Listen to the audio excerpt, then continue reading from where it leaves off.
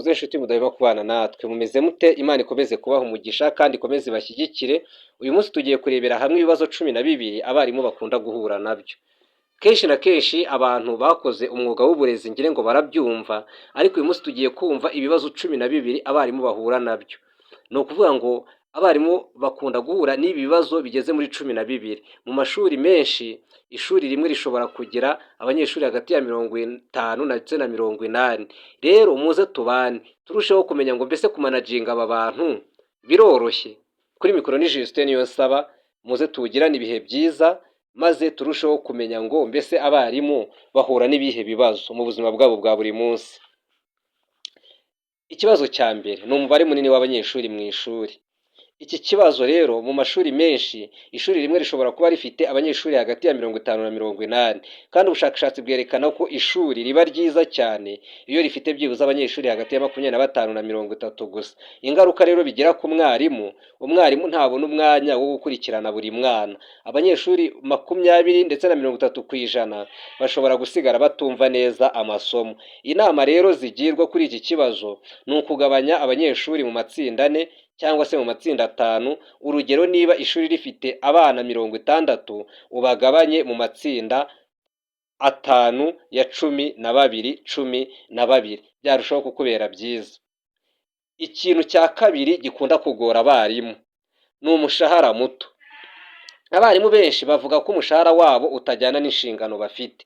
Ingaruka bigira ni uko 40 kugeza kuri 60% by'abarimu bashobora kumva batagishishikajwe n'akazi. Hari abarimu benshi bari mu kazi ariko badashishikajwe n'akazi namba, usibye kubura uko bagira. Ibi ngibi rero bigatuma abantu benshi babaho byo gupfa kwihambira gusa, ariko akazi katabaryoheye. Inama bagirwa: umwarimu ugerageza gukora ibikorwa by'inyongera, urugero nko kwigisha amasomo y'inyongera ndetse no gukora imishinga mito. Urugero, nk'umwarimu ashobora no kuba yabona inyongera y'10 ndetse na 30 by'umushahara. Ni ukuvuga ngo inama uyu mwarimu agirwa ni ukuba yashakisha ukuntu yakora kandi kazi kiyongera ku bwarimu akora, kuko byarushaho kumufasha. Urugero, nko kwigisha amasomo y'inyongera cyangwa se gukocinga abana. Ibi ngibi byarushaho kumufasha cyane.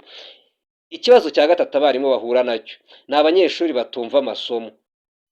Mu ishuri ririho nk'abanyeshuri 50, ushobora gusanga 15 kugeza kuri 20 batumva neza amasomo. Ingaruka bigira rero ni ukugabanuka kw'amanota mu ishuri. Inama rero uyu murezi agirwa ni ugukoresha ingero zifatika, urugero nko kwigisha imibare cyangwa se gukoresha ibishyimbo 10 cyangwa se ibiti 10 mu gusobanura neza uko umuntu ashobora kwiga kubara.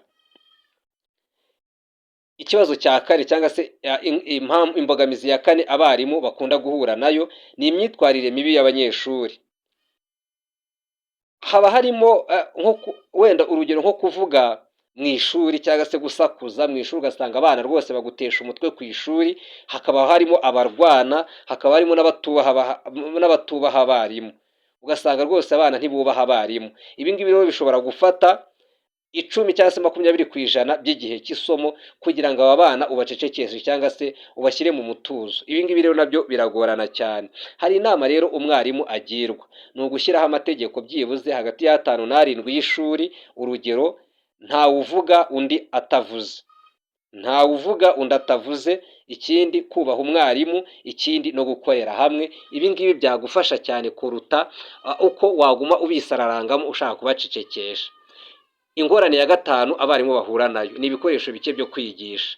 Amasomo amwe namwe asaba ibitabo, asaba ibikoresho bya laboratoire ndetse n'amashusho, ariko rero rimwe na rimwe 50% by'ibi bikoresho ntago biba bihari. Inama rero abarimu bagirwa ni ugukoresha ibikoresho byoroheje, urugero nko gukoresha amakarita yanditseho amagambo ndetse no kwigisha indimi.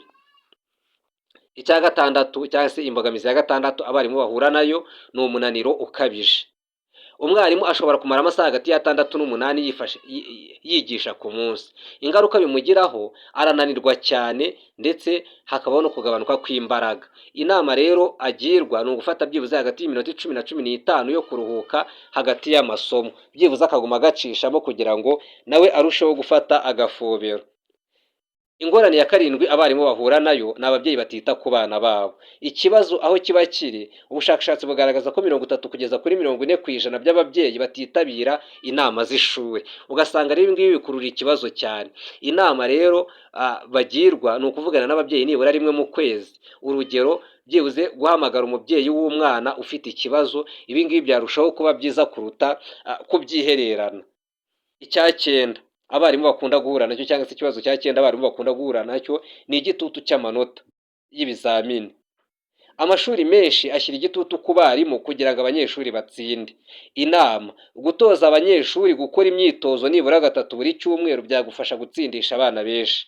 Icya cyenda, kudategura amasomo neza. Ikibazo aho kiri ni uko abarimu bamwe bajya ku ishuri batateguye neza amasomo. Ingaruka bigira ni uko hafi abanyeshuri 40% bashobora kutumva neza isomo ryawe kubera ko utariteguye neza.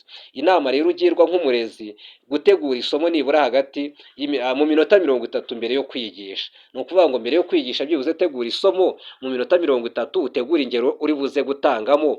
Ibi ngibi byarushaho kugufasha ndetse no gufasha abo wigisha kubyumva neza. Ingorane ya 10 ni ikoranabuhanga ridahagije.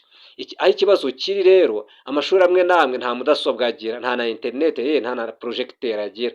Ibi rero bigatuma hari ibintu by'ikoranabuhanga bidashobora kwigishwa neza nk'uko bikwiye. Inama rero abarimu bagirwa ni ugukoresha telefone cyangwa se amashusho mu gusobanura amasomo. Ibi ngibi byarushaho kubabera byiza. Inama ikibazo cya 11 ni umwanya muto wo gukosora imyitozo. Umwarimu ufite abanyeshuri 60 ashobora gukosora amakaye hafi 60 kugeza ku 120 ku cyumweru. Inama rero uyu mwarimu agirwa ni ugukoresha uburyo bwo gukosora mu matsinda. Gukosora mu matsinda nibyo byaba byiza kurutaho kugira ngo ibintu birusheho kugenda neza. Urugero, abanyeshuri 4 bashobora gukosora imyitozo bari hamwe. Ibi ngibi byarushaho kumufasha kugira ngo bitazaguma bimutwara igihe kinini. Ikintu cya 12 rero gikunda guhungabanya abarimu ni ikintu cyitwa stress ndetse n'ihungabana. Ubushakashatsi bwerekana ko 30% by'abarimu bagira stress ku kazi. Inama bagirwa ariko no gukora siporo byibuze iminota 30 inshuro 3 mu cyumweru. Ibi ngibi bikabafasha kuba byibuze bagabanya umunaniro. Umwarimu rero ni umuntu ufite uruhare runini mu kubaka igihugu. Nubwo ahura n'ibibazo byinshi, urugero nk'umubare munini w'abanyeshuri ndetse n'umushahara muto, ibikoresho bike ndetse n'umunaniro, ashobora kubyitwaramo neza akoresheje uburyo bwo gutegura amasomo neza ndetse no gukorana n'abanyeshuri mu matsinda.